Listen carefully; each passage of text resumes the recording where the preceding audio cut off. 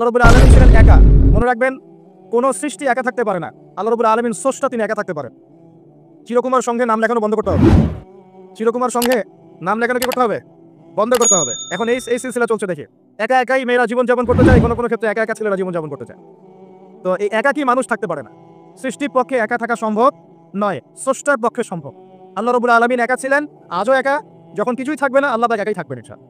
আল্লাহ পাক সূরা হাদীদের মধ্যে বলছেন, হুয়াল আউয়ালু ওয়াল আখির, আল্লাহ পাক প্রথম, ওয়াল আখির আল্লাহ পাক শেষ, ওয়া যাহির আল্লাহ পাক প্রকাশ্য, ওয়াল বাতিন আল্লাহ পাক গোপন, ওয়া হুয়া বিকুল্লি শাইইন আলিম, আল্লাহ পাক প্রত্যেকটা বিষয় সম্পর্কে সম্যক জ্ঞানী। তাহলে এই আয়াত থেকে বুঝতে পারছি, যখন কিছুই ছিল না আল্লাহ পাক ছিলেন, আবার যখন কিছুই থাকবে না কে থাকবেন? এমন তো আল্লাহ সূরা আর রহমানে বলেছেন, কুল্লু মান আলাইহা, বলেন কুল্লু মান আলাইহা, সবকিছু কি হবে? ফানা হয়ে যাবে। ফানা মানে একদম ধ্বংস হয়ে যাবে। ওয়া ইয়াবকা ওয়াজহু রাব্বিকা যুল জালালি ওয়াল ইকরাম, কি বাকি থাকবে? আল্লাহ রাব্বুল আলামিনের সত্তা বাকি থাকবে। এখন আসুন, এবার আল্লাহ পাক কি করলেন? আল্লাহ রাব্বুল আলামিন সর্বপ্রথম আরশে আজিম সৃষ্টি করেছেন। কি সৃষ্টি করেছেন? আরশে আজিম। এবং আরশটা ছিল পানির উপরে। সূরা হুদের মধ্যে আল্লাহ বলেছেন, কানা আরশুহু আলাল মা, আল্লাহ পাকের আরশটা ছিল পানির উপরে। এখন কোথায় আছে তাহলে? এখনো পানির উপরেই আছে। কোথায় আছে? আচ্ছা, কুরসি এবং আরশের মাঝখানে একটা মহাসাগর আছে। কি আছে? এই মহাসাগরের গভীরতা হচ্ছে 500 বছরের পথ। কত বছর? আমরা এখন বিশ্বাস করব না, কারণ নাসা এখন আবিষ্কার করে নাই, তাই না ভাই? নাসার নাম তো শুনেছেন। নাসা এখনকার বিশ্বের খোদা হয়ে গেছে, নাউজুবিল্লাহ। ও যা বলে মানুষ তাই বিশ্বাস করে। ও যদি বলে মঙ্গল গ্রহে পানি আছে, বিশ্ববাসী বলবে হ্যাঁ পানি আছে। ও যদি বলে মঙ্গল গ্রহে পানি নাই, বিশ্ববাসী বলবে হ্যাঁ মঙ্গল গ্রহে কোনো পানি নাই। ও যদি বলে যে অনেক দূরের কোনো গ্রহের মধ্যে এলিয়েন আছে, বিশ্ববাসী বলবে হ্যাঁ এলিয়েন আছে, এলিয়েন আছে। কিন্তু আল্লাহ পাক যদি বলেন যে আল্লাহ পাক মহাবিশ্বের মধ্যে মালাইকা সৃষ্টি করেছেন, বিশ্ববাসী বিশ্বাস করে না যে ফেরেশতা বলে কিছু আছে। আমি কি বুঝাতে পারছি? এটা হচ্ছে শিক্ষা কেন্দ্রিক শিরক। শিক্ষা এবং জ্ঞান কেন্দ্রিক শিরকের মধ্যে আমরা লিপ্ত হয়েছি এখন। বিজ্ঞানকে কোনো কোনো ক্ষেত্রে আমরা ইলাহের আসনে বসিয়েছি। বিজ্ঞান যা বলে তাই চোখ বন্ধ করে বিশ্বাস করে, আর বিজ্ঞান যা বলে না মানুষ বিশ্বাস করে না। আল্লাহ পাকের কথা বিজ্ঞানের অনুকূলে হোক আর প্রতিকূলে হোক, মানুষ দেখতে চায় না। যেমন একটা এক্সাম্পল দিচ্ছি, যদি যদি এখনই সায়েন্স বলে যে আগামী 10 বছরের মধ্যে বিশ্বে বিভিন্ন জায়গায় বড় বড় সিরিজ ভূমিকম্প হতে পারে, 99% মানুষ বিশ্বাস করা শুরু করবে না? কিন্তু নবী সাল্লাল্লাহু আলাইহি ওয়াসাল্লাম বলছেন, বাইনা ইয়াদাই সাআ, কিয়ামতের আগে আগে আসবে মুতানুন শাদীদ, মহামারী। মহামারী কিয়ামতের আগে কি আসবে? মহামারী। মুতানুন শাদীদ মানে বড় মহামারী, লম্বা বড় মহামারী, কঠিন মহামারী, শাদীদ। ওয়া বা'দাহু, এবং মহামারীর পরে আসবে সানাওয়াতু জালাজিল, ভূমিকম্পের বছরগুলো। ভূমিকম্পের বছর নয়, ভূমিকম্পের বছরগুলো। মানুষ বিশ্বাস করবে না। মানুষ 80% মানুষই বিশ্বাস করবে না, খালি মুসলিমরা বিশ্বাস করতে পারে, অন্যরা বিশ্বাস করবে না। কিন্তু সায়েন্স যদি বলে আগামী 10, 20, 30 বছরের মধ্যে বিশ্বজুড়ে ভূমিকম্পের সিরিজ হবে, মানুষ বিশ্বাস করবে। তার মানে আমরা আমাদের বিশ্বাসের ক্ষেত্রে একটা শিরক করছি। শিক্ষা এবং জ্ঞানতাত্ত্বিক ক্ষেত্রে আমরা একটা শিরক করছি। আমরা কোনো কোনো ক্ষেত্রে সায়েন্সকে ইলাহের আসনে বসিয়েছি, এটা শিরক হচ্ছে। এটা একটা শিরক হচ্ছে। আসুন, আল্লাহ রাব্বুল আলামিন আরশ সৃষ্টি করার পরে সৃষ্টি করেছেন কলম। কি সৃষ্টি করেছেন? কলম। আল্লাহ পাক বলেছেন কলমকে উকতুব, তুমি লিখো। কলম বলেছে মাযা আকতুব, আমি কি লিখবো? আল্লাহ বলেছেন কিয়ামত পর্যন্ত যা হবে সব লিখে ফেলো। লাউহে মাহফুজের মধ্যে আল্লাহ পাক এই কলমের দ্বারা কিয়ামত পর্যন্ত যা হবে সব লিখে ফেলেছেন। তো প্রিয় যুবক ভাই, চাকরি নিয়ে এত হতাশায় পড়ার কোনো কারণ নাই। রিজিকের সন্ধানে এত হতাশায় পড়ার কোনো কারণ নাই। রিজিক যা আছে তাই পাবেন, আপনার রিজিক লেখা হয়ে গেছে। এরপরে মানুষ যখন মায়ের গর্ভে ছিল, বয়স ছিল 4 মাস 10 দিন। কতদিন? 4 মাস 10 দিন। আল্লাহর পক্ষ থেকে ফেরেশতা রূহ নিয়ে এসেছেন। ফেরেশতা বলে কি কিছু আছে? বিশ্বাস করেন? কিন্তু ফেরেশতা তো চোখে দেখা যায় না, তাহলে কেন বিশ্বাস করে? যখন মুসলিমরা কোনো কিছু না দেখে বিশ্বাস করা শুরু করেছে, তখন এই বিশ্বাসটার একটা নাম দিয়েছে পশ্চিমারা। এই বিশ্বাসটার একটা নাম দিয়েছে পশ্চিমারা। এই বিশ্বাসটার নাম কি জানেন? এই বিশ্বাসটার নাম তারা দিয়েছে ধর্মান্ধতা। কি দিয়েছে? শব্দটা শোনেন নাই? ক্লাসিক্যাল সেকুলার পত্রিকাগুলোর মধ্যে দেখেন না ধর্মান্ধতা শব্দটা? মানে কি? এর মানে কি? মানে আপনি ফেরেশতা তো দেখেন না, বিশ্বাস করেন কেন? তার মানে আপনি অন্ধ, তার মানে আপনি ধর্মান্ধ। বুঝতে পারছেন? এখন আমাকে বলেন যে এই ফেরেশতায় যদি কেউ বিশ্বাস না করে, সে কি মুমিন হতে পারবে? সে কি মুসলিম হতে পারবে? ইমানের যে 6টা পিলার, আল্লাহ বিশ্বাস, ফেরেশতা মণ্ডলীতে বিশ্বাস, আসমানি কিতাবে বিশ্বাস, নবী রাসূলগণে বিশ্বাস, পরকালের জীবনে বিশ্বাস, আর ভাগ্যে বিশ্বাস, এই 6টার কোনোটাই কি দেখা যায়, ছোঁয়া যায়, উপলব্ধি করা যায়, কঠিন তরল বায়বীয় পরীক্ষা করা যায়, বা ল্যাবরেটরিতে গবেষণা করে পরীক্ষা করা যায়? তো যেহেতু আমরা এগুলো না দেখেই বিশ্বাস করি, এই কারণে পশ্চিমারা আমাদেরকে বলে তারা ধর্মান্ধ। এখন উত্তর কি হবে আপনার? উত্তর হচ্ছে এই যে আল্লাহ পাক আমাকে যে জ্ঞান দিয়েছেন, আল্লাহ পাক আমাকে যে লিমিটেড জ্ঞান দিয়েছেন, এই জ্ঞান দিয়ে আমি আগামীকাল কি হবে সেটা বলতে পারি না। বলতে পারি? যে মানুষের জ্ঞান এতই ক্ষুদ্র যে আগামীকাল তার সাথে কি হবে সে বলতে পারে না, সেই মানুষের পক্ষে কি এই অদৃশ্য জগৎ সম্পর্কে এত গভীর জ্ঞান লাভ করা সম্ভব? মানুষের জ্ঞান কি অসীম, না আল্লাহ পাকের জ্ঞান অসীম? এখন সেই অসীম সত্তার পক্ষ থেকে যখন কোনো ওহী আসে, কোনো তথ্য সংবাদ আসে, তাহলে আমি কি সেই জ্ঞানকে পেনিট্রেট করতে পারবো? বরং আমার উচিত হবে সেই তথ্যকে বিশ্বাস করা এবং তার সামনে আত্মসমর্পণ করা। তাহলে আমি ধর্মান্ধ হয়ে সবচেয়ে স্মার্ট মানুষ হয়েছি। যারা আল্লাহ পাকের ওহীতে বিশ্বাস করে সে হচ্ছে সবচেয়ে স্মার্ট মানুষ। কারণ আল্লাহ পাকের ওহীর সব জ্ঞান তো আমি ভেদ করে যেতে পারবো না, কারণ আমি তো আগামীকাল কি হবে তাই জানি না। আগামীকাল কি হবে তাই যে জানে না, সে কিভাবে পরকালের জীবনকে ব্যাখ্যা করবে? কিয়ামতের মাঠে কে কোথায় দাঁড়াবে, কার হাসর কোথায় হবে, কে জান্নাতে যাবে কে জাহান্নামে যাবে, আমি কি বলতে পারবো? কার সাথে কোন ফেরেশতা আছে, কার সাথে কি আকৃতির শয়তান আছে, শয়তান তাকে কিভাবে ওয়াসওয়াসা দেয়, কবরে কি আযাব হয়, আত্মা কাকে বলে, স্বপ্নে মানুষ কেন দেখে হাসে কাঁদে, স্বপ্ন কিভাবে সত্যি হয়, এরকম অনেক প্রশ্ন আছে গায়েবের, এগুলোকে আমরা ব্যাখ্যা করতে পারবো? অতএব গায়েবে বিশ্বাস না করলে কেউ মুমিন হতে পারে না। আর আল্লাহ রাব্বুল আলামিন এই গায়েবের খবর জানেন, এই গায়েবের খবর থেকে আল্লাহ আমাদেরকে যতটুকু তথ্য দিয়েছেন এতটুকু আমরা জানি, এর বেশি আমরা জানি। আচ্ছা, মায়ের গর্ভে যখন সন্তান, তখন ফেরেশতা লিখে দিচ্ছেন এক, তার হায়াত কতটুকু হবে, ব্যাস লিখা হয়ে গেছে। লিখা হয়ে গেছে মানে যা হায়াত, যা অপচয় করেছেন তো করেছেনই, এখন সারা জীবন যদি মাথাটা ঠুকরে ঠুকরে কাঁদেন তাও ওই অপচয়কৃত দিনগুলো ফিরে আসবে না। শিক্ষা নেবেন না এখান থেকে? 30 বছর চলে গেছে মানে 30 বছর আল্লাহর নাফরমানি করেছেন, সারা জীবন মাথা ঠুকরে কাঁদলেও ওই 30 বছর ফিরে আসবে না। আসবে যুবক ভাই? অতএব কি করা উচিত? ফিরে আসা উচিত নাকি এভাবেই চলতে থাকবে? লিখা হয়ে গেছে, বাড়বেও না কমবেও না। দুই, রিজিক কি কি পাবেন, আপনার রিজিক সব লিখা হয়ে গেছে। এখন এখন আপনারা কি রিজিকটাকে হালাল পথে চাচ্ছেন না হারাম পথে? যদি হালাল পথে চান ওই অ্যামাউন্ট অফ রিজিকই পাবেন, যদি হারাম পথে চান ওই রিজিকই পাবেন, এর বাইরে যাবে না রিজিক। যাবে যাহলে সবর করেন, আল্লাহ পাক হালাল পথেই রিজিক দিবে ইনশাআল্লাহ তাআলা। রিজিক বৃদ্ধির জন্য কিছু আমল আছে, তার মধ্যে শ্রেষ্ঠ আমল হচ্ছে নামাজ, এর সাথে চাষতের নামাজ পড়া। চাষ মানে সালাতুদ দুহা, এর আগে ইশরাকের নামাজ আছে। রিজিক বৃদ্ধির জন্য আত্মীয়তার সম্পর্ক বজায় রাখতে হয়, আত্মীয়তার সম্পর্ক বজায় রাখলে রিজিক প্রশস্ত হবে। বেশি বেশি যে আল্লাহ জিকির করে এবং কোরআন তেলাওয়াত করে তার রিজিক বাড়ে আলহামদুলিল্লাহ, এবং যে আল্লাহর রাস্তায় খরচ করে তার রিজিক বাড়ে। এই রিজিক বাড়ার কিছু পলিসি আছে, সবচেয়ে শ্রেষ্ঠটা হচ্ছে নামাজ, আল্লাহর জিকির তেলাওয়াত, এরপর আমলের মধ্যে আত্মীয়তার সম্পর্ক বজায় রাখা। নবীজি বলছেন কেউ যদি চায় যে তার রিজিকটা লম্বা হোক, হায়াতটা লম্বা হোক, সে যেন আত্মীয়তার সম্পর্ক বজায় রাখে। আত্মীয়তার সম্পর্ক এখন আস্তে আস্তে নষ্ট হয়ে যাচ্ছে না? খেয়াল করে দেখেন, আত্মীয়তার সম্পর্ক আপনি বজায় রাখবেন। মনে রাখবেন, আমি বারবার একটা কথা বলেছি আপনাদের ওয়াজ মাহফিলে, যে পৃথিবীতে যে কাজই করবেন আল্লাহর সন্তুষ্টির জন্য করবেন। আত্মীয়তার সম্পর্ক বজায় রাখবেন আল্লাহর সন্তুষ্টির জন্য, তাদের কাছে কিছু পাওয়ার আশায় না। যখনই আপনি কারোর কাছে কিছু পাওয়ার আশা করবেন আপনি কষ্ট পাবেন। যখনই কারোর কাছে কিছু পাওয়ার আশা করবেন আপনি কষ্ট পাবেন। কারোর কাছে এত বেশি পাওয়ার আশা করবেন না। কার কাছে পাওয়ার আশা করবেন? আল্লাহর কাছে, যে আমি এই কাজটা করছি আল্লাহ আমাকে পুরস্কার দিবে ইনশাআল্লাহ। আমি আত্মীয়তার সম্পর্ক বজায় রাখছি কেন? আল্লাহর কাছে রিজিকে বরকতের আশায়, আল্লাহর সন্তুষ্টির জন্য। মনে রাখবেন প্রিয় ভাইরা, আমল কবুল হওয়ার শর্ত মোটামুটি তিনটা। কয়টা? 1 নাম্বার, আমলগুলো হতে হবে আল্লাহর সন্তুষ্টির জন্য। 1 2 নাম্বার, আমলটা হতে হবে রাসূলুল্লাহ সাল্লাল্লাহু আলাইহি ওয়াসাল্লামের পদ্ধতিতে, অন্য কারো পদ্ধতিতে নয়। 3 নাম্বার, আমলটা করার জন্য আপনার রিজিকটা হতে হবে হালাল। হারাম রিজিকের আমল আল্লাহর কাছে কবুল হয় না। আল্লাহ পাক আমাদের সবাইকে হালাল রিজিকের ব্যবস্থা করে দিন এবং রিজিকটাকে প্রশস্ত করুন, আমিন। তো রিজিক লিখা হয়ে গেছে। 2 3 নাম্বার লিখা হয়ে গেছে এ ব্যক্তি কি কি কাজ করবে দুনিয়ায়, এই ব্যক্তি দুনিয়ায় কি কি কাজ করবে সব লেখা হয়ে গেছে।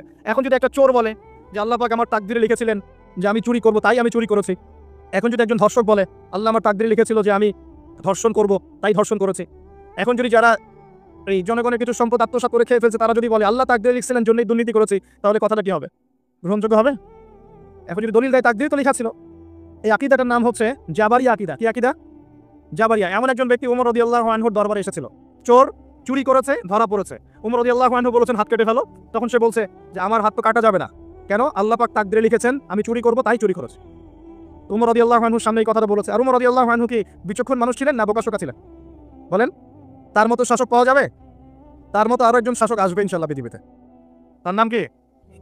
নবী ঈসা আলাইহিস সালাম ইনশাআল্লাহ তাআলা। এবং তার আগে আরো একজন ইমাম আসবেন, তার নাম কি? তার নাম হচ্ছে মুহাম্মদ। কি নাম? তার নাম মুহাম্মদ, তার উপাধি হচ্ছে মাহদি। কখন আসবেন? যখন পৃথিবীতে যুদ্ধ বিগ্রহ ছড়িয়ে পড়বে, ব্যাপক আকারে মালহামা চলবে, তখন আসবেন। তাদের পক্ষে আসবেন? মুসলিমদের পক্ষে। কি উদ্দেশ্যে আসবেন? সারা বিশ্বে জুলুম তুলে ফেলার জন্য। এবং আরেকটা কি উদ্দেশ্য? ওই জেরুজালেম উদ্ধার করার জন্য। কোন জেরুজালেম? যেটা এখন ইহুদিরা দখল করে আছে। চারপাশে আরবরা, মাঝখানে ও কেমন করে দখল করে আছে? আরবদেরকে হাতের মুঠোয় নিয়ে নিয়েছে। এই কারণে মুনাফিকদের উপর টিকে আছে সে, এবং তার পশ্চিমা মিত্রদের উপর টিকে আছে। ঈসা আলাইহিস সালাম কেন আসবেন? এই জায়গাটা পুনরুদ্ধার করার জন্য। ঈসা আলাইহিস সালাম কি পরাজিত হবেন না বিজয়ী হবেন? কত বছর বিশ্ব শাসন করবেন? 40 বছর। এগুলো হবে বিশ্বে, এগুলো হওয়া এখনো বাকি আছে। আরো কি হবে? মুসলিমরা কনস্ট্যান্টিনোপল আবার জয় করবে। এই কনস্ট্যান্টিনোপলের মধ্যে ফিতনা দেখা দিবে অচিরেই, মুসলিমরা ওটা আবার দখল করবে ইনশাআল্লাহ তাআলা। আরো কি হবে? বললাম ভূমিকম্পের বছরগুলো আসবে সামনে, এবং মুতায়ানুন শাদীদ, মহামারীও আসবে। আরো কি? বড় বড় 3টা ভূমিকম্প বাকি আছে এখনো। আগে বলেছি লেকচারে, একটা পৃথিবীর পূর্বে, একটা পশ্চিমে, একটা মাঝখানে। এগুলো এখনো বাকি আছে। বিশ্বে অনেক কিছু হওয়া এখনো বাকি আছে। এখন যা দেখছি এগুলোই স্বপ্ন, এগুলো চলে যাবে। সময় কি হবে? চলে যাবে। আরো নতুন সময় আসবে ইনশাআল্লাহ তাআলা। আমাদের দায়িত্ব কি? আমাদের দায়িত্ব পরিস্থিতি বুঝে দিন ধরে রাখা, আমল করা এবং মানুষকে দিনের দিকে আহ্বান করা। আমরা যদি দায়িত্ব পালন না করি তাহলে কি হবে? আল্লাহ পাক আমাদেরকে সরিয়ে দিয়ে নতুন কওম নিয়ে আসবে। আল্লাহ পাক সূরা মুহাম্মাদে বলেছেন ওয়া ইন তাতাওয়াল্লাউ, তোমরা যদি মুখ ফিরিয়ে নাও ইয়াস্তাবদিল কওমান গায়রাকুম, আল্লাহ পাক নতুন কওমকে তোমাদের জায়গায় স্থলাভিষিক্ত করবেন। সুম্মা লা ইয়াকুনু আমসালাকুম, তারা তোমাদের মতো হবে না, মানে আমাদের মতো অপদার্থ হবে না। উম্মার বিজয়ের শর্ত কি? আল্লাহ সূরা মুহাম্মাদই বলেছেন, ইন তানসুরুল্লাহ ইয়ানসুরুকুম, তোমরা আল্লাহর দ্বীনকে সাহায্য করো তবেই আল্লাহ তোমাদেরকে সাহায্য করবে। ওয়া ইউসাব্বিত আকদামাকুম, তোমাদের পা আল্লাহ দৃঢ় করে রাখবেন। আমরা আল্লাহকে সাহায্য না করলে আল্লাহ পাক আমাদেরকে সাহায্য করবেন না। সিম্পল। আল্লাহ পাক সূরা রাদের মধ্যে বলছেন, ইন্নাল্লাহা লা ইউগাইয়িরু মা বিকওমিন হাত্তা ইউগাইয়িরু মা বিআনফুসিহিম, আল্লাহ পাক কোনো কওমের অবস্থা ততক্ষণ পরিবর্তন করেন না যতক্ষণ না সেই কওম তার নিজের অবস্থার পরিবর্তনের চেষ্টা করে। তাহলে আমাদের পরিবর্তন কেন হচ্ছে না? কারণ আমরা নামাজ ছেড়ে দিয়েছি। 90% মুসলিমের দেশে কত পার্সেন্ট নামাজ পড়ে চিন্তা করে দেখবেন। আমরা কোরআন ছেড়ে দিয়েছি। 90% মুসলিমের দেশে কত পার্সেন্ট বিশুদ্ধ করে কোরআন তেলাওয়াত করতে পারে? একটু খোঁজ নিয়ে দেখবেন। কোরআন শুমারি করে দেখেন, নামাজ শুমারি করে দেখেন, তাহলে বুঝতে পারবেন। আর যারা কোরআন পড়তে জানে তাদের মধ্যে কত পার্সেন্ট কোরআনের অর্থটা বোঝে? এটা আরও বড় বিষয়।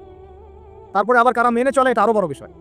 আর আমরা কতজন মানুষ দিন ইসলামকে সামগ্রিক দিন হিসেবে মানি? এটাও একটা বড় বিষয়। আমরা মানি ঠিকই, আংশিক। ইবাদত বন্দেগীর জীবনে আমি পাক্কা মুসলিম, কপালে সেজদার দাগ আছে মাশাআল্লাহ, দাড়ি টুপিও আছে মাশাআল্লাহ, কিন্তু ব্যবসায় গিয়ে মাপে কম দিচ্ছি না, ব্যবসায় গিয়ে আমি হারাম ভেজাল দিচ্ছি কিনা, এরকম হচ্ছে কিনা? হচ্ছে। কিন্তু সে কিন্তু মুসলিম এবং নামাজও পড়ে। তো আমাদের সমস্যা ভাই এখানেই। এখন এই সমস্যাটা সলভ করলে ইনশাল্লাহ সব সমস্যা সলভ হয়ে যাবে ইনশাল্লাহ। সমস্যাটা কি? আমরা ইসলামটাকে আংশিকভাবে মানি, পরিপূর্ণ জীবনে ইসলাম বাস্তবায়ন করতে পারছি না। আপনি হয়তো কেউই পারছি না। ফখর করলে বলার নাই যে আমি খুব পারছি, আসলে আমিও পারছি না। কারণ এই যুগে এটা পারাটা খুব ডিফিকাল্ট। এই যুগে পারাটা কি খুবই কঠিন, কিন্তু এটাই তো এই যুগের চ্যালেঞ্জ। নবীজি বলেছেন, তোমাদের সামনে এমন যুগ আসছে যে যুগে ঈমান ধরে রাখাটা হাতের মধ্যে আগুন ধরে রাখার মতো হবে। তবে সুসংবাদ ওই যুগে তাদের জন্য যারা আমার সুন্নতকে আবার জীবিত করতে পারবে, যে আমার মৃত সুন্নতকে জীবিত করবে, আল্লাহ পাক তাকে 50 জন শহীদ সাহাবীর সমান নেকি দিবে। এটাই আমাদের কাজ। আল্লাহ পাক আমাদেরকে তৌফিক দান করুন। তার মানে তাকদীর লেখা হয়ে গেছে। এবার আল্লাহ রাব্বুল আলামিন কি করলেন? আল্লাহ পাক এই মহাবিশ্ব সৃষ্টি করলেন। হুয়াল্লাযী খালাকাস সামাওয়াতি ওয়াল আরদ ফি সিত্তাতি আইয়াম, কয় দিনে? আল্লাহ পাক পুরো মহাবিশ্ব সৃষ্টি করলেন কয় দিনে? আমাকে বলেন তো, মহাবিশ্বকে আল্লাহ পাক ঘৃণা করে সৃষ্টি করেছেন না ভালোবেসে? তাহলে আল্লাহ পাক কি ভালোবাসার সত্তা নয়? আল্লাহ রাব্বুল আলামিন কি ভালোবাসেন না? আল্লাহ পাকের একটা নামই হচ্ছে গফুর আল ওয়াদুদ, ওয়া হুয়াল গফুরুল ওয়াদুদ। আল্লাহ পাক হচ্ছেন ক্ষমাশীল, পরম ক্ষমাশীল এবং প্রেমময়। আল্লাহ পাক তার নাম দিয়েছেন আল ওয়াদুদ, মানে প্রেমময়। আল্লাহ পাক ভালোবাসেন কিনা? তাহলে এই পুরো মহাবিশ্ব সৃষ্টি করে আল্লাহ পাক কি মহাবিশ্বের মধ্যে ভালোবাসা ছড়িয়ে দেন নাই? আল্লাহ রাব্বুল আলামিন 6 দিনে মহাবিশ্ব সৃষ্টি করে মহাবিশ্বের সব জায়গায় যার যার কাজ তাকে বুঝিয়ে দিলেন। কোন গ্রহ কি কাজ করবে, কোন সৌরজগৎ কেমন করে চলবে, দুনিয়া কিভাবে ঘুরবে, সূর্য কিভাবে উঠবে, চাঁদ কিভাবে আসবে, কোন মাখলুক কি কাজ করবে, ফেরেশতাদের কাজ কি হবে, ইত্যাদি ইত্যাদি। আল্লাহ পাক সমস্ত কাজ বুঝিয়ে দিলেন। সূরা আলিফ লাম মিম সেজদা, হামিম সেজদার মধ্যে আছে, পড়ে দেখবেন। আল্লাহ পাক পুরো মহাবিশ্বের দায়িত্ব বন্টন করে দিলেন। এবার আল্লাহ রাব্বুল আলামিন কি করলেন শোনেন। আল্লাহ রাব্বুল আলামিন বলছেন, এই পুরো মাখলুক কায়নাত সৃষ্টি করার পর আল্লাহ পাক তার রহমতকে 100 ভাগে ভাগ করলেন। কত ভাগে? আল্লাহ পাকের দয়া, রহমত, ভালোবাসাকে 100 ভাগে ভাগ করলেন। ভাগ করে মাত্র এক ভাগ আল্লাহ পাক পুরো মহাবিশ্বে ছড়িয়ে দিলেন, বলেন সুবহানাল্লাহ। বাকি 99 ভাগ রহমত আল্লাহ পাক তার কাছে রাখলেন। এই এক ভাগ ভালোবাসার কারণেই এই যে সন্তান কান্না করলে মায়ের বুক ফেটে যায়, সন্তান অসুস্থ হলে বাবার বুক ফেটে যায়, যেই বাবা সহজে চোখের পানি কাউকে দেখায় না, সেই বাবা জায়নামাজে দাঁড়িয়ে চোখের পানি ছাড়তে থাকে। এই এক ভাগ রহমতের কারণে আমরা দেখি যে রাস্তার কুকুর পর্যন্ত তার বাচ্চাকে চাটে, আদর করে, মহব্বত করে। এই এক ভাগ রহমতের কারণে আমরা আমাদের স্ত্রীদেরকে মহব্বত করি, স্ত্রীকে সুখে রাখার জন্য জীবনটা পর্যন্ত বিলিয়ে দেয়। সকাল থেকে রাত পর্যন্ত কোনো ক্ষেত্রে হারাম পথে যেটাও দ্বিধা করি না, স্ত্রী সন্তান সুখে থাক, এই আশায়, তাই না ভাই? এই এক ভাগ রহমতের কারণে গাভী দেখবেন, গাভী তার বাচ্চাকে প্রসবের পর চাটে, গাঁটা চেটে পরিষ্কার করে দেয়। এই এক ভাগ রহমতে পুরো কায়নাত টিকে আছে। আর নবী সাল্লাল্লাহু আলাইহি ওয়াসাল্লাম বলছেন, বাকি 99% রহমত আল্লাহ পাক তার কাছে রেখেছেন। এই রহমত এবং ভালোবাসা দিয়ে আল্লাহ পাক কিয়ামতের মাঠে মানুষকে মাফ করবে ইনশাআল্লাহ। তার মানে বলেন আল্লাহু আকবার। তার মানে আমরা আশা করতে পারি ইনশাআল্লাহু তাআলা আমরা আল্লাহর জান্নাত পাবো ইনশাআল্লাহ। পাবো কিনা? শুধু একটা কাজ যদি উম্মত করতে পারে জান্নাত পাবে। বলে দিব কোনটা? অনেক কাজই আছে, কিন্তু স্পেশাল একটা কাজ, একটা। আল্লাহ রাব্বুল আলামিন মেরাজের রাতে তার নবীকে উঠিয়ে নিয়ে কাছে নিয়ে আসছেন, একদম কাছে, আর যে আরশের কাছাকাছি। নবী সাল্লাল্লাহু আলাইহি ওয়াসাল্লাম বলছেন, ওই সময় তার উপর 3টা স্পেশাল ওহী করা হয়েছে। কয়টা? 3টা। একটা হচ্ছে 50 ওয়াক্ত নামাজ। কত ওয়াক্ত? এটা কমতে কত ওয়াক্ত হয়েছে? 5। 5কেও কমানোর জন্য কোন নবী বলছিলেন? মুসা আলাইহিস সালাম বলছেন 5ও পারবে না, কমাই নিয়ে আসেন। 5ও যে পারবে না, মুসা আলাইহিস সালাম কেমন করে জানলেন? তার উম্মত 2 ওয়াক্ত নামাজ পড়ে। কয় ওয়াক্ত নামাজ পড়া ছিল? ওই 2 ওয়াক্ত তার আদায় করতে পারে নাই। এই অভিজ্ঞতা থেকে তিনি বলেছেন যে আপনার উম্মত 5 ওয়াক্ত পারবে না। সত্যি না মিথ্যা কথাটা? আসলেই কি উম্মত 5 ওয়াক্ত নামাজ পড়তে পারছে? আচ্ছা, যাই হোক, আল্লাহ পাক আমাদেরকে পড়ার তৌফিক দান করুন। দ্বিতীয় ওহী হচ্ছে সূরা বাকারার শেষের 3টা আয়াত। কয় আয়াত? সূরা বাকারার শেষের 3 আয়াত ওহী করেছেন কে? আল্লাহ রাব্বুল আলামিন। কোন ব্যক্তি যদি রাতের বেলা সূরা বাকারার শেষের 3টা আয়াত পড়ে সারা রাত ইবাদত করে নেকি পাবে ইনশাআল্লাহ। আর 3 নাম্বারটা হচ্ছে স্পেশাল, সেটা হচ্ছে আল্লাহ পাক বলেছেন, হে মুহাম্মদ সাল্লাল্লাহু আলাইহি ওয়াসাল্লাম, বলেন সাল্লাল্লাহু আলাইহি ওয়াসাল্লাম, তোমার উম্মতের কোন ব্যক্তি যদি তোমার উম্মতের কোনো ব্যক্তি যদি আসমান জমিনের সমান গোনা নিয়ে আমার সামনে দাঁড়ায়, আসমান জমিন সমান গোনা নিয়ে আমার সামনে দাঁড়ায়, কিন্তু আমার সাথে শিরকের পাপ নাই, আমার সাথে কোনো শিরকের পাপ করে নাই, ইনশাআল্লাহ আমি আল্লাহ তার সামনে আসমান জমিন সমান ক্ষমা নিয়ে হাজির হব ইনশাআল্লাহ। তার মানে আমরা যদি ইনশাআল্লাহ তাআলা শিরকের পাপ থেকে দূরে থাকতে পারি, ইনশাআল্লাহ আশা করা যায় আমরা আল্লাহর সন্তুষ্টি পাবো ইনশাআল্লাহ। এরপর আল্লাহ রাব্বুল আলামিন কি করলেন? আল্লাহ রাব্বুল আলামিন পুরো মহাবিশ্ব সৃষ্টি করে সব দায়িত্ব ভাগ করে দিলেন। ভাগ করে দেওয়ার পর আল্লাহ পাক জান্নাত জাহান্নাম সৃষ্টি করেছেন কিনা? আচ্ছা, জান্নাত এবং জাহান্নাম কার কার জন্য সৃষ্টি করেছেন বলেন? জিন আর মানুষ। আচ্ছা, এখন জান্নাতের চেয়ে কি শান্তির কোনো জায়গা আছে? আচ্ছা, এই জান্নাত কার জন্য সৃষ্টি করেছেন? জিন আর মানুষ। আচ্ছা, তাহলে আল্লাহ পাক মানব জাতিকে ভালোবাসেন কিনা? ভালোবাসেন কিনা? আপনি যখন কাউকে ভালোবাসবেন তাকে সবচেয়ে সুন্দর গিফট দিতে চাইবেন কিনা? তার জন্য সবচেয়ে ভালোটা কিনতে চাইবেন কিনা? আল্লাহ পাক জান্নাত তৈরি করেছেন কাদের জন্য? আমাদের জন্য। তার মানে আল্লাহ পাক আমাদেরকে ভালোবাসেন কিনা? অবশ্যই বাসেন। আল্লাহ রাব্বুল আলামিন জাহান্নামও তো সৃষ্টি করেছেন। এখন যদি বলি যে তাহলে আল্লাহ পাক কি আমাদেরকে ভালোবাসেন না, জাহান্নামে কিভাবে দিবেন? উত্তরটা কি হবে তাহলে? উত্তর হচ্ছে এই যে যদি আল্লাহ না করুক কোনো ব্যক্তি জাহান্নামে যায়, তাহলে বুঝতে হবে সেই ব্যক্তি জাহান্নামে যাওয়ার যোগ্য ছিল বলেই জাহান্নামে গিয়েছে। কথা কি বুঝতে পারছেন? আর যদি কোনো ব্যক্তি জান্নাতে যায়, তাহলে বুঝতে হবে সেই ব্যক্তির উপর আল্লাহ পাক দয়া করেছেন বলেই সে জান্নাতে গিয়েছে। মানুষ তার আমল দিয়ে জান্নাতে যেতে পারবে না, মানুষ তার আমল দিয়ে জান্নাতে যেতে পারবে না, আল্লাহর দয়া অনুগ্রহ দিয়ে জান্নাতে যাবে ইনশাআল্লাহ। আল্লাহ পাক আমাদের সবাইকে সেই দয়া অর্জন করার তৌফিক দান করুন। সামনে রহমত পাওয়ার একটা সুবর্ণ সুযোগ আসছে, সেটা হলো রমজান মাস। কি মাস? রমজান মাস। আমরা দোয়া করি আল্লাহ পাক আমাদের সবাইকে সুস্থতার সাথে রমজানের সবগুলো রোজা রাখার তৌফিক দান করুন। নবীজি বলেছেন এই মাসে যে ইবাদত করে তার গুনাহ মাফ করাতে পারলো না, তার জন্য ধ্বংস। বলি নাউজুবিল্লাহ। আমরা তো রমজান আসার আগে দুনিয়াবি প্ল্যান করছি, রমজানে কিভাবে ব্যবসায় উন্নতি করব, রমজানে কিভাবে বেশি লাভ করব। হ্যাঁ, তো রমজান মাস হচ্ছে ইবাদতের মৌসুম। আল্লাহ পাক আমাদের সবাইকে রমজান মাসে 5 ওয়াক্ত নামাজ পড়ার তৌফিক দান করুন, কোরআন তেলাওয়াত করার তৌফিক দান করুন, কোরআন বুঝে পড়ার তৌফিক দান করুন, তারাবির নামাজ জামাতে পড়ার তৌফিক দান করুন, এবং বেশি বেশি মানুষকে ইফতার করানোর তৌফিক দান করুন। যাদের যাকাত ফরজ হয়েছে, যাকাত দিচ্ছেন না, আল্লাহর ওয়াস্তে রমজান মাসে যাকাত দিয়ে দিবেন ইনশাআল্লাহ। আর আমি কিন্তু আগেই বলেছি রমজান মাসে ভাই দ্রব্যমূল্যের দাম কিন্তু খুব চড়া ওঠানামা করুন। অতএব যাদের সামর্থ্য কম তাদের ঘরে ইফতার পৌঁছে দেওয়ার দায়িত্ব কার? আমাদের। যাদের সামর্থ্য আছে তারা, যারা সামর্থ্যবান নয় তাদের ঘরে ঘরে মাসের বাজার পৌঁছে দেবেন ইনশাআল্লাহ। তার আল্লাহ পাক তৌফিক এনায়েত করুন বলি আমিন। এবার দেখেন আল্লাহ পাক সৃষ্টি করলেন আদম আলাইহিস সালামকে। তাকে এর আগে আল্লাহ পাক জিন জাতি সৃষ্টি করেছেন, আমি ওইদিকে যাচ্ছি না, আমি মানুষের কথা বলছি। আদম আলাইহিস সালামকে আল্লাহ পাক কেমন করে সৃষ্টি করেছেন? আল্লাহ পাক সূরা সাদের মধ্যে বলেছেন যে খলাকতু বিয়াদাই, আমি আদমকে আমার হাত দিয়ে সৃষ্টি করেছি। কি দিয়ে? হাত দিয়ে। এটা কি ভালোবাসার বহিঃপ্রকাশ নয়? আল্লাহ পাক কি আমাদেরকে ভালোবাসেন না? ভালোবাসেন। আচ্ছা, এই দুনিয়াতে যত কিছু আছে, এই দুনিয়ার আকাশ বাতাস নদী নালা পানি অক্সিজেন সবকিছু কার জন্য সৃষ্টি করা হয়েছে? গরু ছাগলদের জন্য, মানুষের জন্য? মূল দায়িত্ব কার? মূল অধিকার কার? মানুষের নাকি? তাহলে এই পুরো বিষয়গুলো কি আল্লাহ পাকের ভালোবাসার বহিঃপ্রকাশ নয়? হ্যাঁ। আচ্ছা, এবার আসেন আল্লাহ পাক আদম আলাইহিস সালামকে সৃষ্টি করে সমস্ত নাম শিক্ষা দিয়েছেন। এই যে নাম শিখানো মানে জ্ঞান শিখানো, এই জ্ঞান শিখানোটা কি আল্লাহর দয়া ভালোবাসা নিদর্শন নয়? একটু ধরা দিচ্ছি আপনাদেরকে। এবার সামনে আসেন, আল্লাহ পাক ফেরেশতাদের সামনে তাকে উপস্থাপন করলেন, করে বললেন সব ফেরেশতা তোমরা যারা আছো সিজদা করো আদমকে। এই যে আমাদের পিতাকে সম্মানিত করা হচ্ছে, এটা কি ভালোবাসার বহিঃপ্রকাশ নয়? এবার আমাদের পিতাকে সম্মানিত করা হলো, ইবলিস সিজদা করলো না, সে কিয়াস করলো, বাতিল কিয়াস যুক্তি দিল আমি তার চেয়ে শ্রেষ্ঠ ইত্যাদি। আল্লাহ পাক ইবলিসকে অভিশপ্ত করলেন, আমাদের পিতা তাকে জান্নাতে রাখলেন। এই যে জান্নাতে রাখলেন, এটা কি আল্লাহ পাকের ভালোবাসা নয়? এবার আল্লাহ পাক আদম আলাইহিস সালামের পাঁজর থেকে সৃষ্টি করলেন তার স্ত্রী হাওয়া আলাইহিস সালামকে। ওই যে শুরুতে বলেছি স্রষ্টা একা থাকতে পারলেও সৃষ্টি কি পারবে? এই জন্য আদম আলাইহিস সালামের পাঁজর থেকে তার স্ত্রীকে সৃষ্টি করা হয়েছে, উভয়ের মাঝখানে ভালোবাসা দিয়ে দেওয়া হয়েছে। বলেন সুবহানাল্লাহ। এই জিনা ভালোবাসা নিদর্শন নয়, বিয়ে শাদী হচ্ছে ভালোবাসার নিদর্শন। আল্লাহ পাক বলেছেন সূরা রুমের মধ্যে ওয়াজআলা বাইনাহুমা মাওয়াজ্জাতা ওয়া রাহমা, আমি আল্লাহ স্বামী স্ত্রীর মধ্যে ভালোবাসা এবং হৃদ্যতা সৃষ্টি করে দিয়েছি। বলেন সুবহানাল্লাহ। তার মানে এই হারাম সম্পর্ক যেটা দেখছেন এটা হলো একটা জিনার পথ। আর যখন আমরা হালালভাবে বিয়ে শাদী করবেন, আপনারা করবেন, তখন দেখবেন আল্লাহ পাকের পক্ষ থেকে ভালোবাসা সৃষ্টি হয়ে যাবে ইনশাআল্লাহ। অতএব ওয়াদা করতে পারি তো আল্লাহর কাছে নিজের চরিত্রকে পবিত্র রাখবো ইনশাআল্লাহ, হারাম কোনো সম্পর্কে যাবো না ইনশাআল্লাহ, কোনো সহি প্রেমেও যাবো না ইনশাআল্লাহ। এটা সহি প্রেম আবার কি জিনিস? দিনী ভাই দিনী বোনের মধ্যে এখন প্রেম চলে, এগুলো হয় না মাঝে মাঝে? এগুলোও বন্ধ, এগুলো বন্ধ করতে হবে। হালাল উপার্জনের সোর্স হয়ে গেলেই দিনদার মেয়ে দেখে বিয়ে করে ফেলবেন ইনশাআল্লাহ। অন্য কোনো পথে যাবেন না, কোনো হারাম পথে যাবেন না। ওয়াদা করেন ইনশাআল্লাহ? রাজি আছেন তো ইনশাআল্লাহ? আল্লাহ কবুল করুন আমিন। আর বিয়ের সময় অবশ্যই দিনদারিতা দেখবেন, অন্য কিছু না। অন্য কিছু পরে, দিনদারিতা আগে। দিনদারিতা আছে, নামাজ পড়ে, পর্দা করে, মাশাআল্লাহ সব দিক ঠিক আছে, তারপরে দেখবেন আপনি অন্য কিছু, তার আগে নয়। কথা ঠিক আছে? একইভাবে মেয়েদের ক্ষেত্রেও যে আগে দেখবেন না ছেলে কত বড় চাকরি করে, ছেলে কত বড় বাড়ি আছে গাড়ি আছে, পরে আগে দেখবেন ছেলে নামাজি কিনা, সুন্নত আছে কিনা, ইসলামের জন্য তার সফট কর্নার আছে কিনা, ইসলাম প্র্যাকটিস করে কিনা, এগুলো আগে দেখবেন। এগুলো না দেখলে কি হবে জানেন? বিয়ের 1 বছর 2 বছর পরেই বুঝতে পারবেন দুনিয়াটা জাহান্নাম হয়ে গেছে। নাউজুবিল্লাহ। দুনিয়াতেই তখন জাহান্নামের আযাবের স্বাদ ভোগ করতে হবে। নাউজুবিল্লাহ। আল্লাহ পাক আমাদেরকে হেফাজত করুন আমিন। তো এই যে আল্লাহ পাক আদম আলাইহিস সালামের পাঁজর থেকে সৃষ্টি করলেন কাকে, এবং ভালোবাসা দিয়ে দিলেন উভয়ের মাঝখানে, এটা কি আল্লাহ পাকের দয়া নয়? আল্লাহ পাক ভালোবাসেন না? এবার দেখেন গাছের কাছে যেতে নিষেধ করলো, আমি কিন্তু শর্ট করে বলছি, গাছের কাছে যেতে নিষেধ করলে তোমরা জান্নাতে থাকো, খাও, যা ইচ্ছা করো, কিন্তু ওলা আচ্ছা করো বা হায়াতিহি শাজারা, এই গাছের কাছেও যাবে না। একটা পরীক্ষা, জাস্ট একটা পরীক্ষা। এখানে কিন্তু বলা হচ্ছে গাছের কাছেও যাবে না, বলা হচ্ছে না যে গাছের ফল খাবে না। ঠিক যেমন আল্লাহ বলেছেন তোমরা জেনার কাছেও যাবে না, আল্লাহ পাক কিন্তু বলেন নাই জেনা করবে না, আল্লাহ পাক বলেছেন তোমরা জেনার কাছেও যাবে না। এখান থেকে আমরা এই হুকুমটার কঠোরতা বুঝতে পারি। তো প্রিয় ভাইরা, এখানে আমাদের পিতামাতা শয়তানের প্রলোভনে পড়ে গেলেন। কেন পড়লেন? শয়তান ওয়াসওয়াসা দিল যে আমি কি তোমাদেরকে এমন গাছের কথা বলে দিব যে গাছের কাছে গেলে বা যার ফল খেলে তোমরা চিরস্থায়ী জীবন পাবে এবং তোমরা ফেরেশতা হয়ে যাবে, এরকম কথা বললো, এবং তোমরা কোনোদিন মরবে না।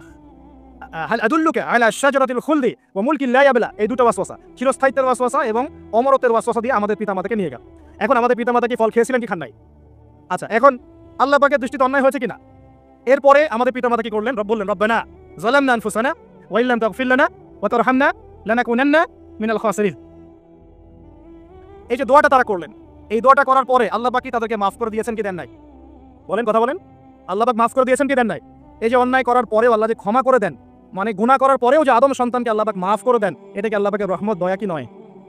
আচ্ছা, এটা আল্লাহ পাকের নিদর্শন ছিল ভালোবাসার। এরপর আল্লাহ পাক দুনিয়াতে পাঠিয়ে দিলেন, কারণ এটা পরীক্ষা। দুনিয়াটা পরীক্ষার জায়গা, পরীক্ষা দিচ্ছি আমরা এখানে। এখন পরীক্ষার ক্ষেত্রে কি আল্লাহ পাক আমাদেরকে একা ছেড়ে দিয়েছেন? আল্লাহ পাক কি আমাদেরকে একা ছেড়ে দিয়েছেন?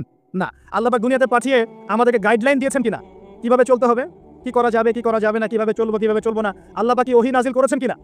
এই ওহী নাজিল করাটা কি আল্লাহ পাকের রহমত কিনা, আল্লাহ পাকের দয়া কিনা, ভালোবাসা কিনা? আল্লাহ পাক কি একা ছেড়ে দিয়েছেন না নবী রাসূল পাঠিয়েছেন? এই যে নবী রাসূলদেরকে পাঠিয়েছেন, এই নবী রাসূলগণ কি আল্লাহর পক্ষ থেকে রহমত কিনা? বলেন।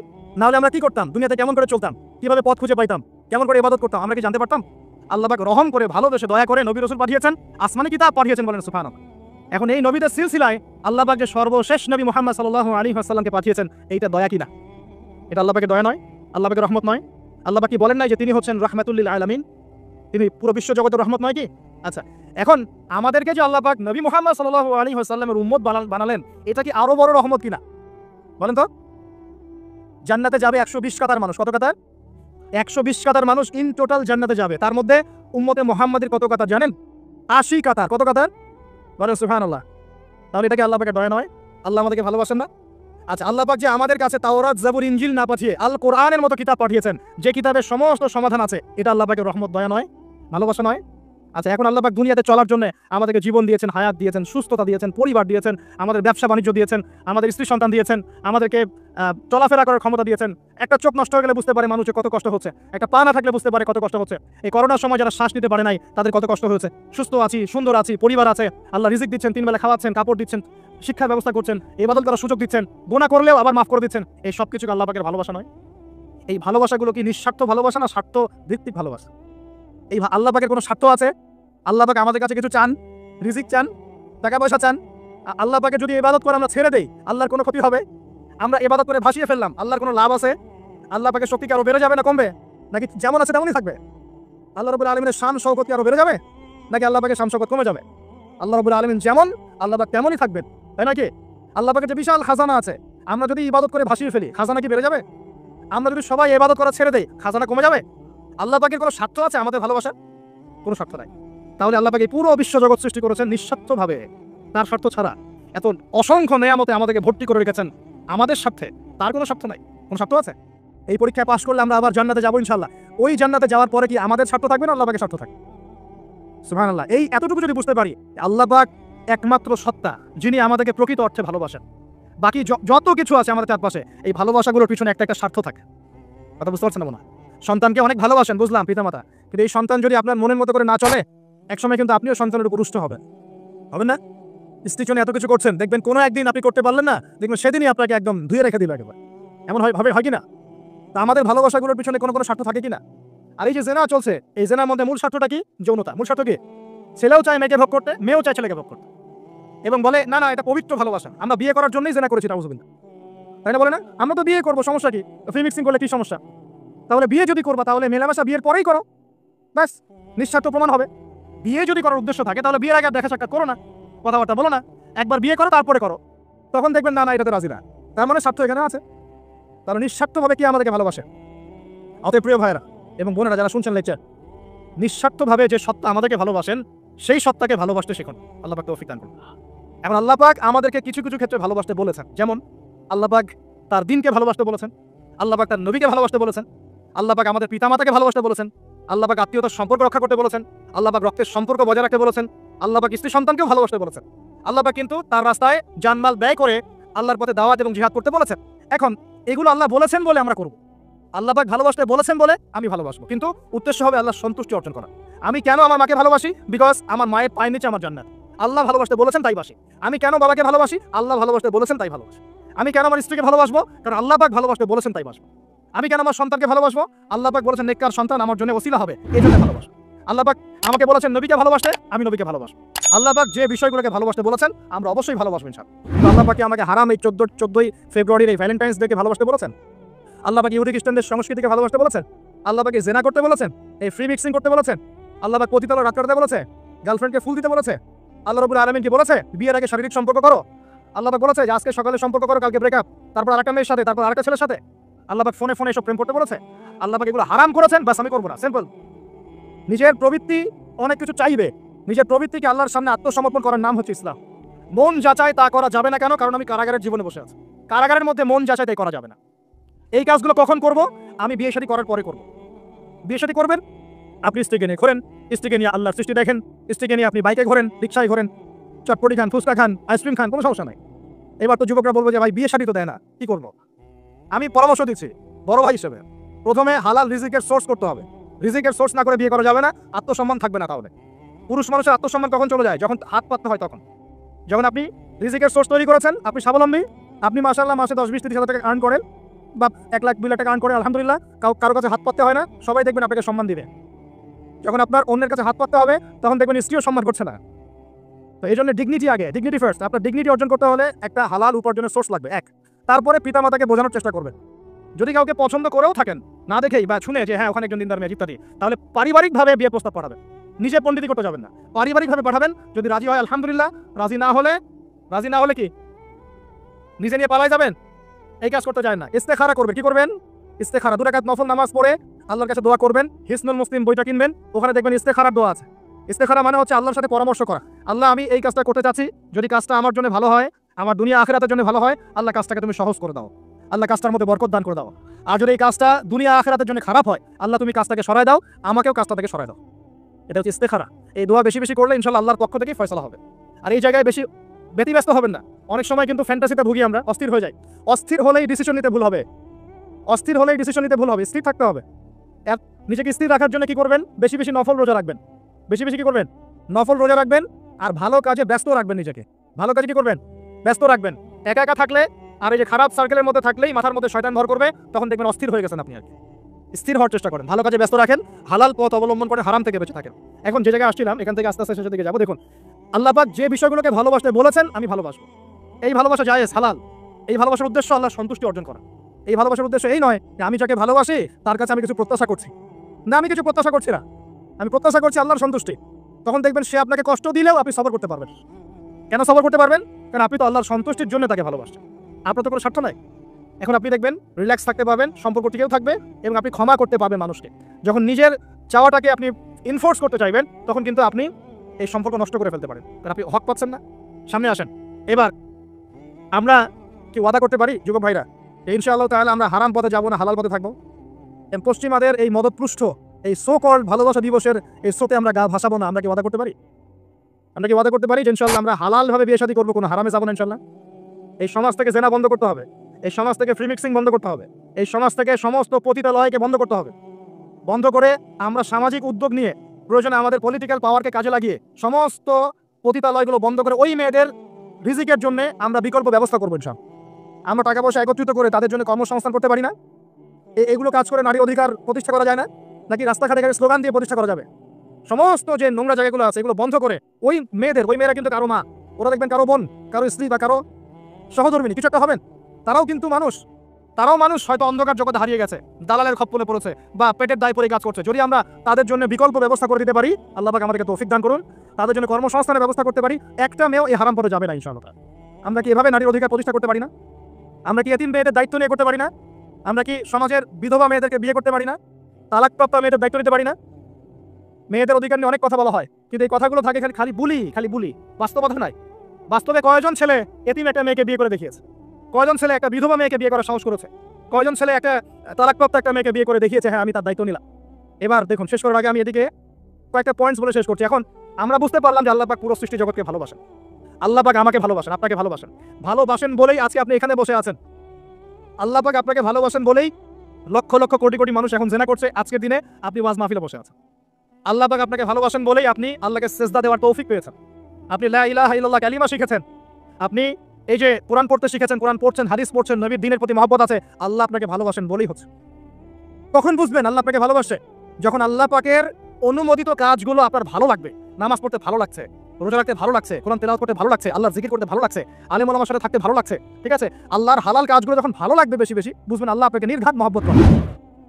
আর যখন আল্লাহ পাকের নিষেধগুলো, হারাম মদ আমার ভালো লাগে না, জেনা ভালো লাগে না, আমার খারাপ জিনিস দেখতে ভালো লাগে না, খারাপ শুনতে ভালো লাগে না, বুঝবেন আল্লাহ আপনাকে ভালোবাসেন। আর যখন দেখবেন খারাপের পিছনে আপনার ঝোঁক বেশি, দুর্নীতি করতে ভালো লাগে, সুদ খাইতে ভালো লাগে, ঘুষ খাইতে ভালো লাগে, কাউকে ঠকাইলে মনে আমি স্মার্ট হয়ে গেলাম, হ্যাঁ, মানুষের টাকা আত্মসাৎ করতে ভালো লাগে, নামাজ না পড়ে ঘুম দিতে ভালো লাগে, ঠিক আছে, রমজান মাসে বিড়ি টানতে ভালো লাগে, ঠিক আছে, মেয়ের সাথে যে টাঙ্কি মারতে ভালো লাগে, তখন বুঝবেন আল্লাহ আপনাকে এখনো ভালোবাসেন, বা আপনি আল্লাহর ভালোবাসা পাওয়ার যোগ্যতা হারিয়ে ফেলেছেন। আল্লাহ পাক আমাদেরকে বোঝার তৌফিক দান করেন। এখন আসি, আল্লাহ পাক এবং তার রাসূল আমাদেরকে এমন কি কি কাজ বলেছেন যেই কাজগুলো করলে আমরা সরাসরি আল্লাহর ভালোবাসা পাবো ইনশাআল্লাহ। জানার দরকার আছে কি নাই? আমি অল্প কয়েকটা কাজ বলে শেষ করছি। এক নাম্বার, আল্লাহ এবং তার রাসূল আমাদেরকে জানিয়েছেন আমরা যদি তাওহীদের উপর থাকতে পারি, একত্ববাদ, লা ইলাহা ইল্লাল্লাহ, আল্লাহর ভালোবাসা পাবো ইনশাআল্লাহ। যে ব্যক্তি শিরকের পাপে লিপ্ত আছে সে আল্লাহর ভালোবাসা পাবে না। এক নাম্বার। দুই, নবী সাল্লাল্লাহু আলাইহি ওয়াসাল্লামের অনুসরণ করলে আল্লাহ আমাদেরকে ভালোবাসবেন। দলিল, আল্লাহ পাক সূরা আলী ইমরানের মধ্যে বলছেন 31 নম্বর আয়াতে আল্লাহ বলছেন, কুল, হে নবী আপনি বলে দিন, ইন কুনতুম তুহিব্বুনাল্লাহ, তোমরা যদি, হে আদম সন্তান, হে উম্মতে মুহাম্মাদী, তোমরা যদি আল্লাহর ভালোবাসা পেতে চাও, ফাত্তাবিউনি, তোমরা আমাকে অনুসরণ করো। কাকে? আমাকে বলতে কাকে? রাসূলুল্লাহ সাল্লাল্লাহু আলাইহি ওয়াসাল্লামকে। তাহলে কি হবে? ইউহিব্বুকুমুল্লাহ, আল্লাহ পাকও তোমাদেরকে ভালোবাসবেন। বলি সুবহান, আল্লাহ আমাকে ভালোবাসবেন ইনশাআল্লাহ। আর কি? ইয়াগফির লাকুম যুনুবাকুম, আল্লাহ পাক তোমাদের সমস্ত গুনাহ মাফ করে দিবেন। আল্লাহু গফুরুর রহিম, আল্লাহ পাক পরম করুণাময়, অসীম দয়ালু। তার মানে আল্লাহকে পাওয়ার, আল্লাহর ভালোবাসা পাওয়ার দুই নাম্বার কি মাধ্যম? নবী সাল্লাল্লাহু আলাইহি ওয়াসাল্লামের সুন্নাত অনুযায়ী জীবন গড়া। ভাই শুরু করব কোথা থেকে? শুরু করবেন চেহারা থেকে। কোথা থেকে? চেহারায় দাড়ি ছেড়ে দিব ইনশাআল্লাহ, রাজি আছি তো? গোফ ছোট করে ফেলবো ইনশাআল্লাহ, রাজি আছি তো ইনশাআল্লাহ? চেহারায় সেজদার দাগ থাকবে ইনশাআল্লাহ, তার মানে নামাজি হতে হবে, ঠিক আছে? পোশাক পরিচ্ছদ হবে রাসূলুল্লাহ সাল্লাল্লাহু আলাইহি ওয়াসাল্লামের মতো, ঢিলে ঢালা মুত্তাকিদের পোশাক। চুল হবে কার মতো? মেসি নেইমারের মতো, নাকি রাসূলুল্লাহ সাল্লাল্লাহু আলাইহি ওয়াসাল্লামের মতো? এখনকার ছেলে পেলে মাঝখানে চুল রাখে, ডান দিক বাম দিক ছিলে ফেলে। এই সুন্নাত কোথায় পেয়েছো তোমরা? এগুলো ত্যাগ করতে হবে। মনে রাখবেন, একটা সুন্নাত, নবীর একটা সুন্নাতকে যদি ভালোবেসে কি আমল করে, ইনশাআল্লাহ নবীর সুপারিশ পাবে ইনশাআল্লাহ। চাই কি না সুপারিশ? ভালোবেসে আমল করা যায়, এটা আমার নবীর সুন্নাত। আমার নবী খেতেন ডান হাত দিয়ে, আমি ডান হাত দিয়ে খাবো। আমার নবী দাড়ি রেখেছেন, আমি তাই রাখবো। আমার নবী মোচ কেটে ফেলতেন, তাই আমি কাটবো। আমার নবী ঢিলেঢালা পোশাক পছন্দ করতেন, তাই আমি পরবো। আমার নবী রাতে ঘুমানোর সময় এই আমলগুলো করতেন, তাই আমি করবো। আমার নবী এইভাবে ওযু করতেন, এইভাবে করবো। আমার নবী এইভাবে ইস্তেনজা করতেন, পেশাব পায়খানা করতেন, ওইভাবে করবো। এই যে এখনকার ইংলিশ টয়লেট, এই ইংলিশ টয়লেটে বসে নবীর মতো ইস্তেনজা করা যায় না। যাবে? ওলামায়ে কেরামকে জিজ্ঞাসা করেন, নবী সাল্লাল্লাহু আলাইহি ওয়াসাল্লাম বাম পায়ে ভর দিয়ে ইস্তেনজা করতেন। কোন পায়ে? এখন বসেন ইংলিশের উপরে, বাম পায়ে কেমনে বসবেন? সম্ভব? ওই যে আমি বলি, এটা মজা করে বলি, কষ্ট থেকেও বলি, একদম বৈশ্বিক পলিটিক্যাল সিস্টেম থেকে শুরু করে বাথরুমের টয়লেট পর্যন্ত সবকিছুই চলছে পশ্চিম আদর্শ। এখন সবকিছু, এভরিথিং, একদম বাথরুমের কমোড পর্যন্ত। এখন তো কমোড উঠাই দিছে, এখন সামনে একটা বালতি রেখে দেয় গামলার মতো, এখানেই পেশাব করতে হবে। দেখেন নাই মনে হয় আপনারা? দেখবেন অচিরে এগুলো আসতেছে সামনে, দাঁড়ায় বসার কোনো সুযোগ নাই। আর সবগুলো মাপ সমান। কারো হাইট যদি 6 ফুট, কারো 5 ফুট হয়, তখন কি হবে? অ্যাডজাস্ট করতে হবে ধরে তখন, নাকি? যুবকরা বুঝতে পারছে, তখন কাউকে লম্বা হতে হবে, কাউকে খাটো হতে হবে, মাপ তো সমান। সবার মাপ যদি সমান না হয়, এমন কি হবে? হ্যাঁ, আল্লাহ পাক বোঝার তৌফিক দান করুন। এগুলো শয়তানি না বলেন? বসে ইস্তেনজা করতে হয় না? বসে ইস্তেনজা না, পেশাবে ছিটা ফোটার কারণে কবরে আযাব হয় না? আপনারা হাদিসে জানেন না? নবীজি একটা কবরের পাশ দিয়ে যাচ্ছেন, তিনি থেমে গেলেন, থেমে গিয়ে বলছেন এই কবর দুটোতে আযাব হচ্ছে। কি হচ্ছে? কবরের আযাব। তিনি জানলেন কেমন করে? আল্লাহ পাক তাকে জানিয়েছেন, আল্লাহ পাক তাকে খবর দিয়েছেন এই কবর দুটো কি হচ্ছে? আযাব। নবীজি বলছেন এই কবর দুটোতে বড় কোনো পাপের কারণে আযাব হচ্ছে না। সাহাবীরা বলছেন তাহলে কি কারণে হচ্ছে ইয়া রাসূলুল্লাহ? তিনি বলছেন একজন পেশাব পায়খানা করে, স্পেশালি পেশাব করে এই ছিটা ফোটা থেকে সে সতর্ক থাকতো না। পেশাব করে, ওই যে বলেন আমাদের ছেলেরা, প্যান্ট খারাপ ভাই, নামাজে যেতে পারবো না, নামাজে রাখলে বলে ভাই প্যান্ট নষ্ট। তোমরা ভালো করে হাদিসে শোনো, এই ব্যক্তি বড় কোনো পাপ করে নাই, সে পেশাব করার পরে পবিত্র হতো না, মানে ছিটা ফোটা থেকে সাবধান থাকতো না, এই কারণে কবরে আযাব দেওয়া হচ্ছে, বলে নাউজুবিল্লাহ। অন্য হাদিসে নবীজি বলছেন বেশিরভাগ কবরের শাস্তি পেশাবের ছিটা ফোটার কারণে হয়ে থাকে। আস্তাগফিরুল্লাহ, বলে নাউজুবিল্লাহ। এই টয়লেটগুলোর মধ্যে পেশাবের ছিটা ফোটা লাগে না? নাপাকি লাগে না? এগুলো শয়তানি না বলেন? আরেকটা হচ্ছে আরেকটা কবর, সেই কবরে তিনি বলছেন এই কবরে আযাব দেওয়া হচ্ছে এই ব্যক্তি চগলখুরি করতো। কি করতো? চগলখুরি, মানে একজনের কথা আরেকজনকে লাগাইতো, আরেকজনের কথা আরেকজনকে লাগাইতো। এই কাজ করে না এখন সমাজের মানুষ? এই কাজ কিছু ফেসবুকে, ইউটিউবারও করো তোমরা। একজনের ভিডিও আরেকজনের পাশে লাগাই দাও, আরেকজনের আরেকজনে লাগাই দাও, এই করে উম্মার মধ্যে বিভক্তি সৃষ্টি করতেছো। কিছু কারণে, এইসব কারণেও রেস্ট্রিকশন দিতে হয়েছে আমাদেরকে, কিছু মনে করবেন না। কারণ আমরা দেখেছি এর গুড সাইড যেমন আছে, ব্যাড সাইড আরো বেশি আছে। এটাকে নিয়মতান্ত্রিকভাবে ইউজ করতে না পারলে ফিতনা বাড়তে থাকে। আল্লাহ পাক আমাদেরকে বোঝার তৌফিক দান করুন। প্রিয় ভাইরা, প্রতিটা কাজ কাজ সুন্নত মতো করবো আমরা ইনশাআল্লাহ। এখন শুধু কি আমরা এই চেহারা, সুরত, ইস্তেঞ্জা, খাওয়া দাওয়া এগুলোই নবীর মতো করে করবো, নাকি আমাদের ব্যবসা, সমাজ, পরিবার, ইবাদত সবই করবো? এই জায়গায় সমস্যা কি, আমরা মাশাআল্লাহ দাড়ি টুপি রাখতে রাজি আছি, কিন্তু ব্যবসায়িক জীবনে হারাম ছাড়তে রাজি নাই, অর্থনৈতিক জীবনে সুদ ছাড়তে রাজি নাই, ঘুষ দুর্নীতি ছাড়তে রাজি নাই। আল্লাহ আমাদেরকে ছাড়া তৌফিক দান করুন। আল্লাহ পাক আমাদেরকে পরিপূর্ণভাবে নবীর সুন্নাত পালন করার তৌফিক দান করুন। 1 নাম্বার আল্লাহর ভালোবাসা পাওয়ার মাধ্যম তাওহীদ, 2 নাম্বার নবীর সুন্নাত, 3 নাম্বার বেশি থেকে বেশি কোরআন তেলাওয়াত করা। কি করা? আমার সাথে বলেন, বেশি বেশি কি করার? কোরআন তেলাওয়াত করা। কেন? কারণ কোরআন হচ্ছে আল্লাহর কালাম। কোরআন কার কালাম? কোরআনের মধ্য দিয়ে আপনি আল্লাহর সাথে কথা বলতে পারবেন, বলেন সুবহানাল্লাহ। এভাবে যখন কোরআন পড়বেন বুঝে বুঝে, আপনি আল্লাহর সাথে সরাসরি কথা বলবেন ইনশাআল্লাহ। তো এই কোরআনের মধ্য দিয়ে আল্লাহর ভালোবাসা পাওয়া যাবে ইনশাআল্লাহ। সর্বশ্রেষ্ঠ নফল আমলের মধ্যে একটা হচ্ছে কি? আল কোরআন তেলাওয়াত করা। আল্লাহ পাক আমাদেরকে তেলাওয়াত করার তৌফিক দান করুন। 3টা বললাম। 4 নাম্বার বেশি থেকে বেশি আল্লাহর জিকির করা। কি করা ভাই? চলতে ফিরতে উঠতে বসতে অলওয়েজ সুবহানাল্লাহ, আলহামদুলিল্লাহ, লা ইলাহা ইল্লাল্লাহ, আল্লাহু আকবার, লা হাওলা ওয়ালা কুওয়াতা ইল্লা বিল্লাহ, এগুলো চলতে থাকবে। ঠিক আছে ইনশাআল্লাহ? চলতে ফিরতে পড়বেন আল্লাহুম্মা সাল্লি আলা মুহাম্মদ, আল্লাহুম্মা বারিক আলা মুহাম্মদ। ঠিক আছে? হাসবি আল্লাহু ওয়া নি'মাল ওয়াকিল, রাদিতু বিল্লাহি রাব্বান ওয়া বিল ইসলামি দীনান ওয়া বি মুহাম্মাদিন নাবিয়্যা। যত জিকির আজকার আছে চলতে ফিরতে অলওয়েজ পড়তে থাকবেন। লা ইলাহা ইল্লাল্লাহ ওয়াহদাহু লা শারীকা লাহু, লাহুল মুলক ওয়া লাহুল হামদ ওয়া হুয়া আলা কুল্লি শাইইন কাদির। আস্তাগফিরুল্লাহাল্লাযী লা ইলাহা ইল্লা হুয়াল হাইয়ুল কাইয়ুম ওয়া আতুবু ইলাইহি, লা হাওলা ওয়া লা কুওয়াতা ইল্লা বিল্লাহ। এগুলো পড়তে থাকবেন। যে যত বেশি আল্লাহর জিকির করবে তার কলবে আল্লাহ তত বেশি নূর দিবেন ইনশাআল্লাহ। আর যার কলবে যত বেশি নূর, সে তত বেশি আল্লাহর ভালোবাসা মহব্বত পাবে ইনশাআল্লাহ। কয়টা বলছি ভাই? 4টা। 1 নাম্বার কি? তাওহীদ। 2 নাম্বার নবীর সুন্নাত। 3 নাম্বার বলেন কোরআন তেলাওয়াত করা। 4 নাম্বার বেশি বেশি আল্লাহর জিকির করা। 5 নাম্বার স্পেশালি 5 নাম্বার বেশি বেশি আল্লাহর কাছে তওবা করা। কি করা? যে আল্লাহর কাছে তওবা করে আল্লাহ তাকে মহব্বত করেন। আলহামদুলিল্লাহ, যে আল্লাহর কাছে তওবা করে আল্লাহ তাকে মহব্বত করেন। আমাদের নবীজি প্রত্যেক দিন 70 থেকে 100 বার আল্লাহর কাছে তওবা করতেন। বলেন সুবহানাল্লাহ। পারা যাবে তো ইনশাআল্লাহ? 6 নাম্বারটা হচ্ছে বেশি বেশি নামাজ আদায় করা। কি করা? আল্লাহকে পাওয়ার জন্য শ্রেষ্ঠ মাধ্যম হচ্ছে সেজদা করা। কি করা? আর সেজদা করা হয় সবচেয়ে শ্রেষ্ঠ ভাবে নামাজের মধ্য দিয়ে। কিসের মধ্য দিয়ে? ওয়াদা করতে পারি তো ইনশাআল্লাহ 5 ওয়াক্ত নামাজ পড়বো রেগুলার। কোন রকম যদি বাধ্যবাধকতা না থাকে, ওজন না থাকে, তাহলে মসজিদে গিয়ে পড়বো ইনশাআল্লাহ। পারবো তো ইনশাআল্লাহ? রমজান মাসে নামাজ শক্ত করে ধরবো ইনশাআল্লাহ। ঈদের পর ছেড়ে দিব ইনশাআল্লাহ। ঈদের পর ছেড়ে দিব কি? ঈদের পরেও ধরে রাখতে হবে ইনশাআল্লাহ তাআলা। আমাদের সমাজে মাশাআল্লাহ রমজান মাসে সবাই পাক্কা মুসল্লি হয়ে যায়, তাই না?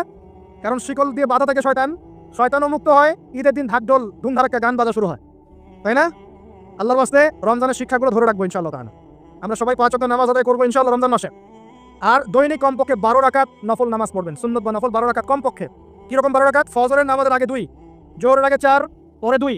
ঠিক আছে? 6 আর 2 8 হলো। মাগরিবের পরে 2, এশার পরে 2। এই 12 রাকাত নামাজ যে দিনের বেলা পড়ে, মানে একদিনে 24 ঘন্টায় পড়ে, আল্লাহ পাক তার জন্য জান্নাতে একটা করে ঘর নির্মাণ করেন। এর জানতেন? দৈনিক 12 রাকাত সুন্নত বা নফল পড়লে আল্লাহর কাছে একটা করে জান্নাতে ঘর পাওয়া যাবে। আর জান্নাত উর্বর জায়গা। আপনি যদি চান আপনার জায়গায় বেশি বেশি গাছ লাগাতে, খালি পড়বেন সুবহানাল্লাহিল আযীম ওয়া বিহামদিহি, সুবহানাল্লাহিল আযীম ওয়া বিহামদিহি। একটা একটা করে খেজুর গাছ জন্মাবে ইনশাআল্লাহ তাআলা। বলবেন সুবহানাল্লাহি ওয়া বিহামদিহি, সুবহানাল্লাহিল আযীম। আর বলবেন সুবহানাল্লাহিল আযীমি ওয়া বিহামদিহি। জান্নাতে গাছ রোপণ হবে ইনশাআল্লাহ তাআলা। এটা গেল 6 নাম্বার, নামাজ বেশি বেশি পড়া। 7 নাম্বার জি বলছে, 7 নাম্বারটা হচ্ছে, আমি আর 4টা বলে শেষ করছি। 7 নাম্বারটা হচ্ছে যে সৃষ্টির সেবা করা। কি করা ভাই? একটা হাদিস আছে যে ইরহামু মান ফিল